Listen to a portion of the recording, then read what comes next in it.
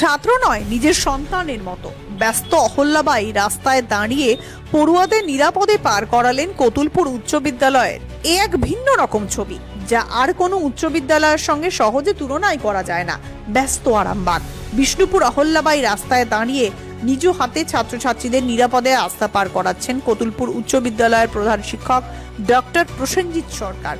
উল্লেখযোগ্যভাবে কতুলপুর উচ্চ বিদ্যালয়ে অবস্থিত অহল্যাবাই রাস্তায়, যে রাস্তা সারাদিনই যানজট ও ভিড়ের জন্য পরিচিত, ঠিক সেই ব্যস্ত রাস্তাতেই বিদ্যালয়ের মূল গেট। পঞ্চম শ্রেণী থেকে দ্বাদশ শ্রেণী পর্যন্ত শতাধিক ছাত্রছাত্রী প্রতিদিন সকালে স্কুলে প্রবেশ করে এবং বিকেলে একসঙ্গে স্কুল ছুটির সময় বাড়ির উদ্দেশ্যে বেরিয়ে যায়।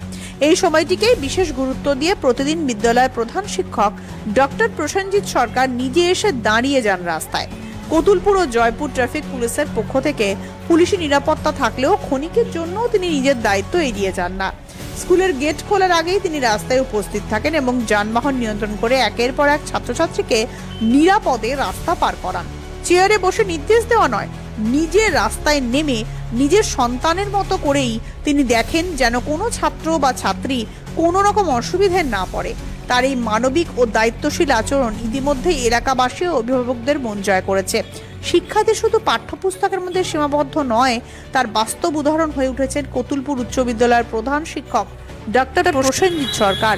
এমন শিক্ষকই সত্যিকারের অর্থে মানুষ গড়ার কারিগর, এমনটাই বলছেন সাধারণ মানুষ।